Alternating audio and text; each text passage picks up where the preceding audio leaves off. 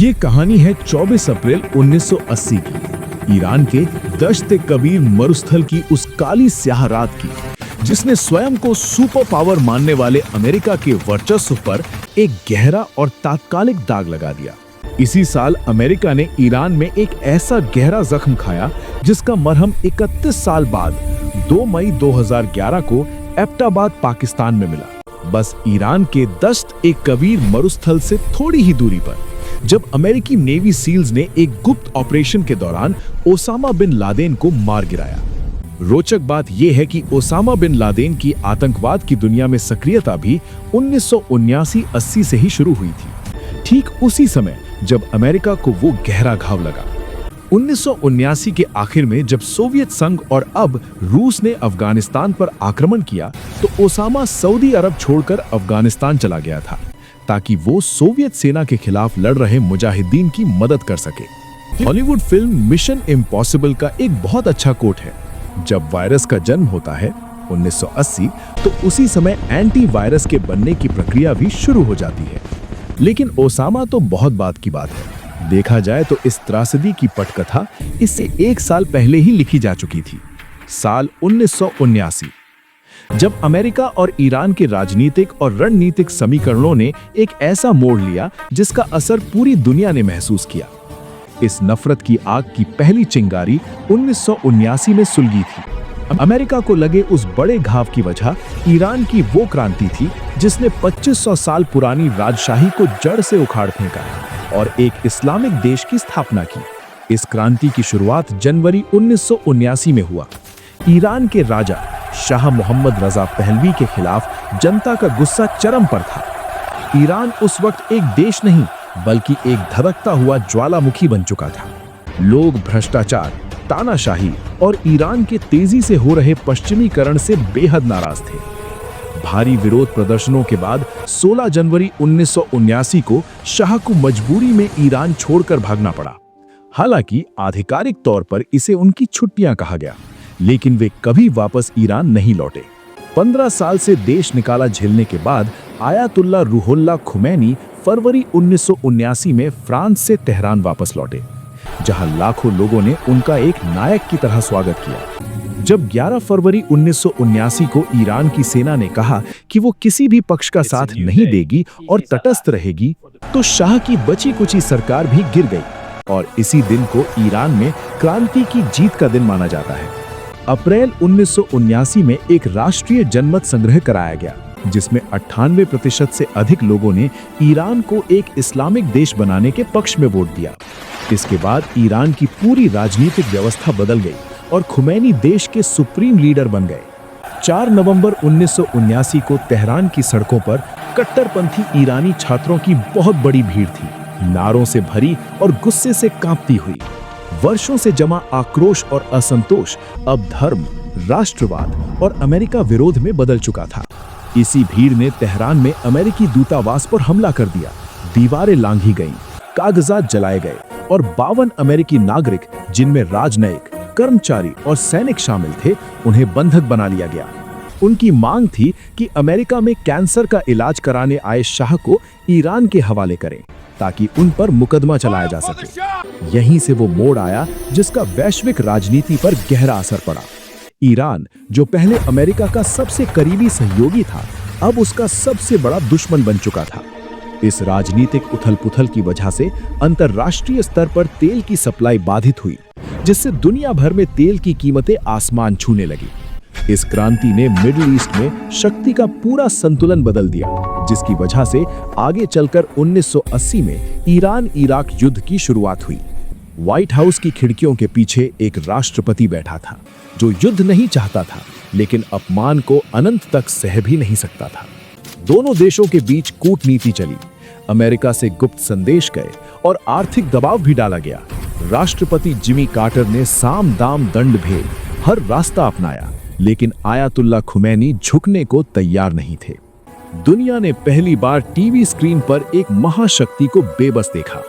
अमेरिकी टीवी स्क्रीनों पर रोज रात को बंधकों की तस्वीरें दिखाई जाती रही, जहां वे कैमरों के सामने आंखों पर पट्टी बांधकर खड़े नजर आते थे। वॉशिंगटन में हर सुबह एक नई गिनती के साथ होती थी। पहले दिन दिनों में बदले, फिर हफ्तों में, फिर महीनों में। अंततः ये बंधक संकट कुल 444 दिनों तक चला।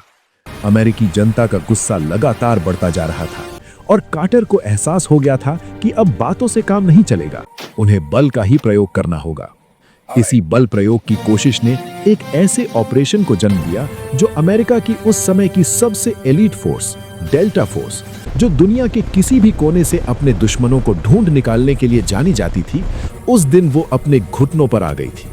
वो बिना किसी दुश्मन का सामना किए अपने 8 जांबाज कमांडो को शहीद होते हुए देखने के अलावा कुछ नहीं कर सके और दुनिया की सुपर पावर अमेरिका को अपने इतिहास की सबसे बड़ी शर्मिंदगी झेलनी पड़ी।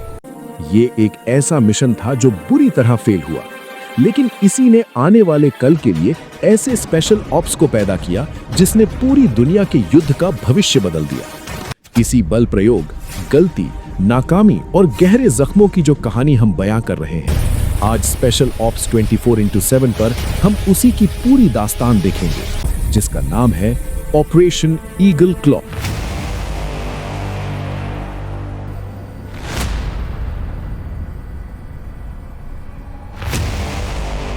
व्हाइट हाउस के सिचुएशन रूम में ईरान से बंधकों को निकालने की एक योजना बनी। कागजों पर इस मिशन की योजना बिल्कुल 007 फिल्म की स्क्रिप्ट जैसी लग रही थी। राष्ट्रपति जिमी कार्टर और पेंटागन के जनरल्स के मन में 1976 के इजरायली ऑपरेशन एंटेबे की सफलता की तस्वीरें घूम रही थीं। पेंटागन के जनरल्स उस समय एंटेबे सिंड्रोम से शिकार थे।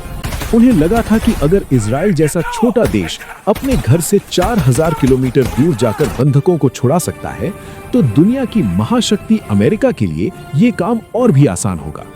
ऑपरेशन ईगल क्लॉ से पहले अमेरिकी कमांडो ने इजराइल की एलीट यूनिट सायरत मटकाल के साथ गुप्त रूप से लंबी मुलाकात की थी। अमेरिका ने इजराइल से उनकी पिछली सफलता का नुस्खा पूछा। इसी सिलसिले में CIA और मोसाद के प्रमुखों ने भी एक उच्च स्तरीय बैठक की, जिसमें पूरे ऑपरेशन प्लान पर विस्तार से चर्चा की गई। पूरा प्लान सुनने और समझने के बाद इजराइल ने अमेरिका को स्पष्ट चेतावनी दी कि ये प्लान बेहद जटिल है। इजराइल का साफ कहना था, जितनी ज्यादा मशीनें और हेलीकॉप्टर इस्तेमाल करोगे, फेल होने के चांस उतने ही ज्यादा होंगे। लेकिन महाशक्ति के गुरूर ने किसी की नहीं सुनी। इजराइल की उस ऐतिहासिक जीत ने अमेरिका को इतना आत्मविश्वास दे दिया था कि वे ये भूल बैठे कि तेहरान युगांडा नहीं है। इतिहास कभी-कभी खुद को दोहराता नहीं, बल्कि एक भयानक सबक सिखाता है। जहां इजराइल का वो ऐतिहासिक मिशन एक महान जीत बन गया था, वहीं अमेरिका का ये मिशन उनके इतिहास की सबसे बड़ी शर्मिंदगी बनने वाला था। अगर आपने इजराइल के उस हैरत अंगेज ऑपरेशन एंटेबे की कहानी अभी तक नहीं देखी है, तो ऊपर आई बटन या डिस्क्रिप्शन में दिए लिंक पर क्लिक करके उसे जरूर देखें। इस ऑपरेशन को अंजाम देने का जिम्मा मिला कर्नल चार्ली बेकविथ को, एक सख्त और निडर फौजी, जिन्होंने हाल ही में एक नई और बेहद गोपनीय यूनिट तैयार की थी, डेल्टा फोर्स। यहाँ गौर करने वाली बात यह है कि डेल्टा फोर्स का गठन तो 1977 में हो गया था, लेकिन ऑपरेशन ईगल क्लॉ में उनका पहला बड़ा अग्नि परीक्षण यानी डेब्यू होने वाला था। कर्नल बेकविथ पर साबित करने का भारी दबाव था कि उनकी ये यूनिट दुनिया में सबसे अलग और बेजोड़ है। ईरान अमेरिका के मित्र देशों से बहुत दूर था। सीधे उड़ान भरकर तेहरान पहुंचना और बिना रिफ्यूलिंग किए वापस लौटना लगभग नामुमकिन था। योजना ये थी कि ओमान की खाड़ी में तैनात अमेरिकी युद्धपोत USS निमित्ज से 8 भारी भरकम सी स्टैलियन हेलीकॉप्टर उड़ान भरेंगे। उसी समय ओमान के एक एयरबेस से 6 बड़े C-130 हरक्यूलिस विमान भी उड़ेंगे, जिनमें डेल्टा फोर्स के कमांडो और हेलीकॉप्टरों के लिए ईंधन होगा। ये विमान असल में दश्त-ए-कबीर रेगिस्तान के बीचों बीच एक सीक्रेट फ्यूल डिपो का काम करने वाला था। ये दोनों ग्रुप ईरान के इस रेगिस्तान के बीचों बीच जिस सुनसान जगह पर मिलेंगे, उसका कोड नेम रखा गया डेजर्ट 1। यहाँ कमांडो C-130 विमानों से उतरकर सी स्टैलियन हेलीकॉप्टरों में बैठेंगे। वहां से हेलीकॉप्टर तेहरान की ओर आगे बढ़ेंगी और तेहरान के पास वाली पहाड़ियों में दिन भर के लिए छिप जाएंगी। अगली रात वे दूतावास पर हमला करेंगे, बंधकों को छुड़ाएंगे और पास के एक फुटबॉल स्टेडियम से उन्हें हेलीकॉप्टरों के द्वारा एयरलिफ्ट करेंगे। इस मिशन की सफलता के लिए शैडो एजेंट्स को भी लगाया गया। तेहरान के अंदर अमेरिकी जासूस पहले ही व्यापारियों और टूरिस्ट के भेष में पहुंच चुके थे। इन शैडो एजेंट्स ने ही तेहरान के अंदर की तस्वीरें और गार्ड्स की सटीक लोकेशन डेल्टा फोर्स को मुहैया कराई। कमांडो ने इस मिशन के लिए रेगिस्तान में हफ्तों तक कड़ी ट्रेनिंग की। उन्होंने बिल्कुल दूतावास जैसा एक नकली ढांचा बनाया और इतनी प्रैक्टिस की कि वे आंखें पट्टी बांधकर भी ईरान में बने अपने दूतावास के सारे कमरे और गलियारे क्लियर कर सकते थे। ये एक जुआ था और 24 अप्रैल 1980 की रात अमेरिका ने ये जुआ खेला। योजना के अनुसार 24 अप्रैल की शाम को यूएसएस निमित्ज के डेक से 8 सी स्टैलियन हेलीकॉप्टरों ने उड़ान भरी, परंतु थोड़ी ही देर में समस्याएं आनी शुरू हो गईं। ये हेलीकॉप्टर नेवी के माइन स्वीपिंग हेलीकॉप्टर थे, जिन्हें लंबी दूरी के रेगिस्तानी मिशन के लिए डिजाइन ही नहीं किया गया था। उड़ान भरने के 2 घंटे बाद ही हेलीकॉप्टर नंबर 6 के रोटर ब्लेड में एक चेतावनी लाइट जलने लगी। पायलट को लगा कि ब्लेड टूटने वाला है, जिस वजह से उसने तुरंत रेगिस्तान में लैंडिंग कर दी। उस हेलीकॉप्टर को वहीं छोड़ दिया गया। अब बचे 7 हेलीकॉप्टर। मिशन के लिए कम से कम 6 हेलीकॉप्टरों का होना अनिवार्य था, क्योंकि आने वाले वक्त में 52 अमेरिकी नागरिकों को भी साथ लाना था। तभी प्रकृति ने अपना असली रूप दिखाया। हेलीकॉप्टर एक अजीबोगरीब मौसम प्रणाली में घुस गए, जिसे हबूब कहते हैं। ये धूल का एक बहुत महीन और विशाल बादल था, जो हवा में फैला हुआ था। उस समय आज की तरह पायलट्स के पास आधुनिक नाइट विजन गॉगल्स नहीं हुआ करते थे। वे पूरी तरह अंधेरे में घिर चुके थे। धूल इंजन के अंदर घुस रही थी और कॉकपिट का तापमान ओवन की तरह गर्म हो गया था। वे अपने हाथों को अपने सामने से भी नहीं देख पा रहे थे। इस मानसिक दबाव और दिशा भ्रम के कारण हेलीकॉप्टर नंबर 5 के पायलट का हौसला टूट गया। उसके कुछ उपकरण खराब हो चुके थे और उसने घबराकर वापस जहाज पर लौटने का फैसला किया। अब केवल 6 हेलीकॉप्टर बचे थे। ये बिल्कुल आखिरी सीमा थी। अगर एक और हेलीकॉप्टर खराब होता तो मिशन यहीं फेल हो जाता। उधर डेजर्ट 1 पर C-130 विमान उतर चुके थे। डेल्टा फोर्स के कमांडो चार्ली बेकविथ के नेतृत्व में अंधेरे रेगिस्तान में अपनी पोजीशन ले चुके थे। वे हेलीकॉप्टरों का इंतजार कर रहे थे जो लेट हो गए थे। तभी रेगिस्तान के उस सन्नाटे में कुछ ऐसा हुआ जिसकी कल्पना पेंटागन के किसी जनरल ने कभी नहीं की होगी। दूर से हेडलाइट्स दिखाई दी। ईरान के उस सुनसान रेगिस्तान के रास्ते पर आधी रात को एक यात्री बस आ रही थी। अमेरिकी सैनिकों ने बस को रोका। उसमें 44 ईरानी नागरिक थे, बूढ़े, महिलाएं और बच्चे। बेकविथ ने उन्हें हिरासत में ले लिया और बस के पास पहरा लगा दिया। दुनिया का सबसे गुप्त मिशन अब 44 आम लोगों के सामने खुला पड़ा था। मुसीबत यहीं खत्म नहीं हुई। थोड़ी ही देर बाद बस के पीछे एक फ्यूल टैंकर ट्रक आ पहुंचा।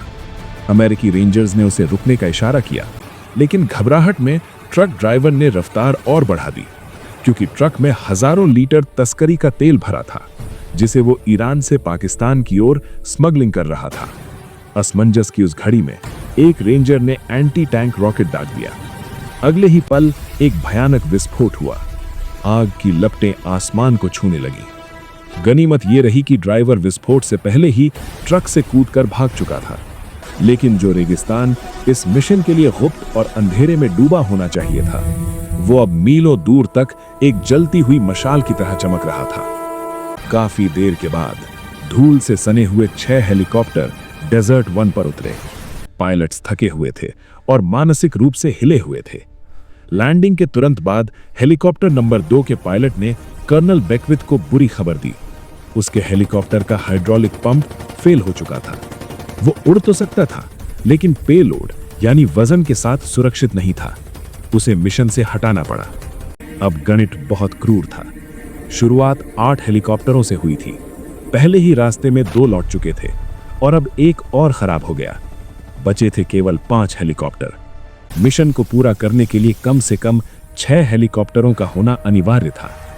कर्नल बेकविथ ने अपने कमांडरों को देखा। वे दुनिया के बेहतरीन सैनिक थे, लड़ने के लिए तैयार, मरने मारने के लिए तैयार, लेकिन गणित को नहीं हराया जा सकता था। अगर वे 5 हेलीकॉप्टरों के साथ आगे बढ़ते तो वे बंधकों तक पहुंच तो जाते, लेकिन उन्हें वापस लाने का कोई रास्ता नहीं बचता। बेकविथ ने सैटेलाइट रेडियो उठाया और व्हाइट हाउस को वो 2 शब्द कहे जो किसी भी कमांडर के लिए सबसे भारी होते हैं, मिशन अबॉर्ट। मिशन रद्द कर दिया गया। सैनिक निराश थे, कुछ गुस्से में थे। इतनी मेहनत, इतना जोखिम और सब बेकार। उन्हें बस अब वापस लौटना था। वापसी की तैयारी शुरू हुई। रात के करीब 2:40 हो रहे थे। एक हेलीकॉप्टर नंबर 3 को ईंधन भरने के लिए अपनी जगह बदलनी थी। उसे खड़े हुए C-130 टैंकर विमान के पीछे से घूमकर दूसरी तरफ जाना था। पायलट ने हेलीकॉप्टर को हवा में उठाया। जमीन पर बहुत धूल थी। रोटर की हवा ने धूल का गुबार उड़ाया और पायलट को कुछ दिखाई देना बंद हो गया। उसे स्पेशल डिसोरिएंटेशन हो गया। उसे लगा कि उसका हेलीकॉप्टर पीछे की तरफ जा रहा है, जबकि असल में वो टेढ़ा होकर C-130 की तरफ खिसक रहा था। अचानक लोहे के टकराने की भयानक आवाज आई। हेलीकॉप्टर का मुख्य रोटर ब्लेड C-130 के पंख को काट दिया। 1 सेकंड में रेगिस्तान में नर्क उतर आया। C-130 में टनों में विमान का तेल था। एक विशाल धमाका हुआ। हेलीकॉप्टर और प्लेन दोनों आग के गोले में बदल गए।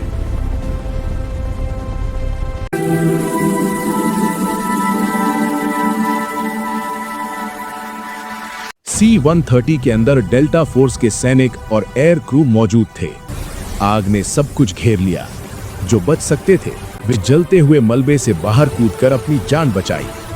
गोला बारूद गर्मी के कारण अपने आप फटने लगा, जिससे स्थिति और भयावह हो गई। मिसाइलें और गोलियां इधर उधर उड़ रही थी। उन्हें अब कमांड देने की जरूरत नहीं थी। आग की प्रचंड गर्मी उन्हें कमांड दे रही थी। इस वजह से वे काल बनकर अपने ही मालिकों पर फूट रही थी। उस आग और धमाके में 8 अमेरिकी सैनिक जलकर शहीद हो गए, 5 एयरफोर्स के क्रू और 3 मरीन। कई अन्य बुरी तरह झुलस गए। अब स्थिति मिशन फेल से जीवन और मरण के संघर्ष में बदल चुकी थी।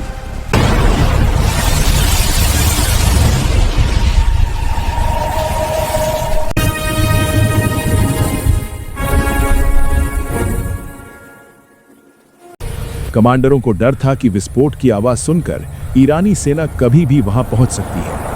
कर्नल बेकविथ और बाकी कमांडरों को एक ऐसा फैसला लेना पड़ा जो एक सैनिक के लिए अपनी मौत से भी बदतर होता है। उन्हें अपने साथियों के शवों को वहीं जलते हुए मलबे में छोड़ना पड़ा। उनके पास शवों को निकालने का समय नहीं था, क्योंकि आग और फटते बारूद के बीच जाना आत्महत्या होती। बचे हुए सैनिक बाकी C-130 विमानों में चढ़े।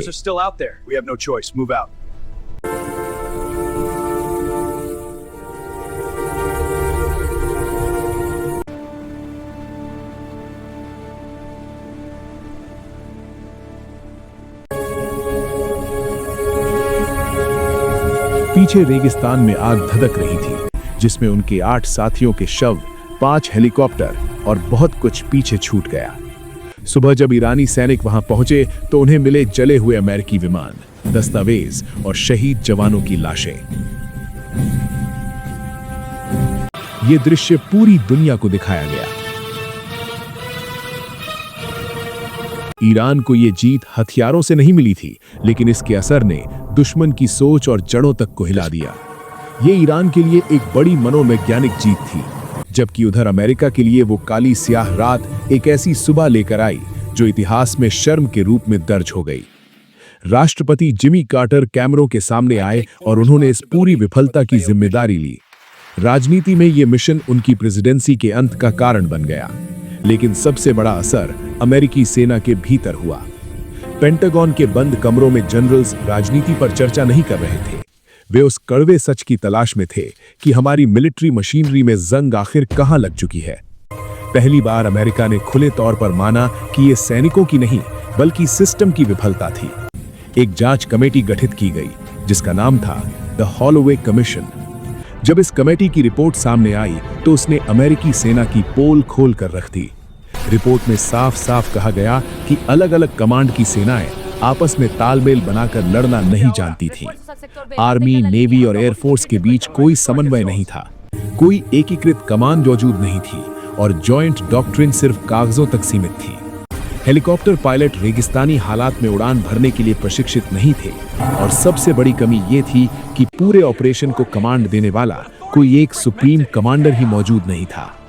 उन 8 शहीदों के बलिदान, जनरल्स के आत्ममंथन और हॉलोवे कमीशन की रिपोर्ट ने ऑपरेशन ईगल क्लॉ की राख से अमेरिका की सैन्य व्यवस्था को एक नया अवतार दिया, सोकॉम यानी स्पेशल ऑपरेशंस कमांड। इसके बाद अमेरिका ने अपनी पहली निर्णायक और पूर्णतः समर्पित कमान खड़ी की, JSOC joint special operations command. इसका उद्देश्य बिल्कुल स्पष्ट था, डेल्टा फोर्स और सील टीम 6 जैसी एलीट यूनिट्स अब अलग अलग नहीं लड़ेंगी, बल्कि एक छत के नीचे एक सोच के साथ एक ही मिशन के लिए काम करेंगी।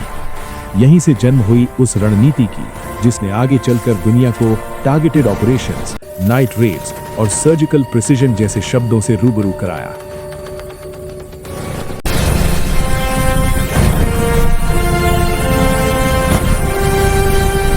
अमेरिका का दूसरा और सबसे अहम बदलाव पायलटों को लेकर था। रेगिस्तान में हेलीकॉप्टर्स फेल हुए क्योंकि वे नॉर्मल पायलट थे। इसलिए सेना ने तय किया कि हमें ऐसे कुशल पायलट चाहिए जो रात के अंधेरे में पेड़ों से महज 10 फीट ऊपर 200 किलोमीटर की रफ्तार पर हेलीकॉप्टर उड़ा सके। और यहाँ जन्म हुआ 160th SOAR का, जिन्हें आज दुनिया द नाइट स्टॉकर्स के नाम से जानती है। इनका मोटो है death waits in the dark, यानी मौत अंधेरे में इंतजार करती है। ईरान में अमेरिका को सबक सिखाने के बाद अब इतिहास खुद को पाकिस्तान में दोहराने को तैयार था और बरसों की मेहनत को उसका फल देने के लिए आतुर था। 2 मई 2011 अमेरिका एक बार फिर वैसी ही चुनौती के सामने था जैसी कभी ईरान में थी। फर्क सिर्फ इतना था, इस बार मिशन ईरान में नहीं, उसके पड़ोसी पाकिस्तान में था। जगह थी एबटाबाद और मिशन था ओसामा बिन लादेन का अंत। मिशन का नाम रखा गया ऑपरेशन नेपच्यून स्पीयर। लेकिन जैसे ही ऑपरेशन शुरू हुआ, हालात बदल गए। एक स्टेल्थ ब्लैक हॉक क्रैश कर गया और उसी पल सबके जहन में एक ही सवाल गूंजा, क्या ये इतिहास फिर दोहराया जाएगा? क्या ये मिशन भी ऑपरेशन ईगल क्लॉ की तरह फेल हो जाएगा? लेकिन जवाब था नहीं, क्योंकि इस बार वे नाइट स्टॉकर्स थे। जो पायलट 1980 में घबरा गए थे, 2011 में उन पायलट्स ने क्रैश होने के बावजूद पैनिक नहीं किया। उन्होंने तुरंत प्लान बी एग्जीक्यूट किया, लादेन को मारा, अपने क्रैश हुए हेलीकॉप्टर को खुद बम से उड़ाया और सुरक्षित वापस आए। शायद ओसामा बिन लादेन की मौत मुमकिन नहीं होती अगर 1980 में ऑपरेशन ईगल क्लॉ फेल न हुआ होता। उस दिन की मिली सीख ने ही आज के अमेरिकी सेना को इतना घातक बनाया है।